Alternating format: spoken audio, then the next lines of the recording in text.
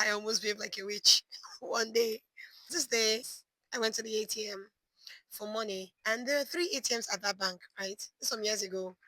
There are three ATMs at the bank, and when I got there, one ATM was kind of empty. There was really nobody there, in fact, and two ATMs had long queues.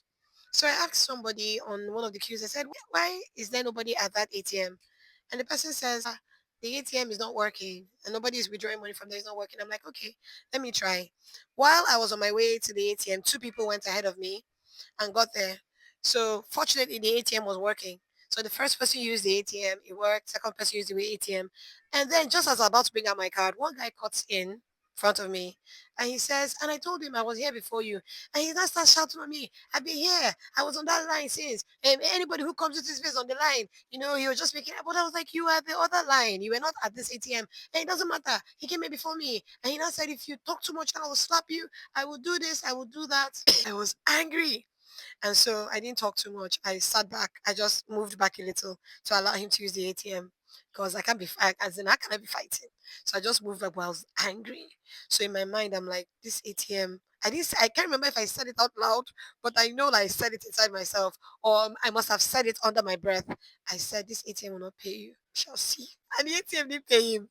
He brought out all his cards, brought out this card, that card. He brought out three different cards of three different banks, and I didn't pay him. And the more he was not paying him, the happier I was like, yeah, you know.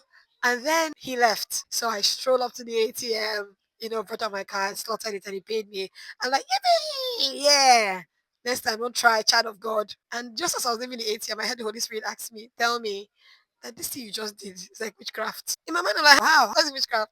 So I got into the car on my way home. I was thinking about what the Holy Spirit said.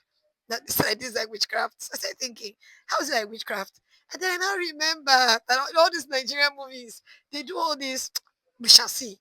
I mean, that's what witches always do. They say, "We shall see," and then at night they go and fly and do whatever. So I just realized that, come on, it's not difficult to cross into witchcraft without knowing it all, because the same mindset that made me want him to fall, to fail at that ATM, is the same mindset that witches use to destroy people. The mindset of, yeah, you're going down now. So, I mean, that was a very big lesson for me. And it's just something we should think about, that each time that we actually want revenge or we want people to be destroyed, you may be acting like a witch. Think about it.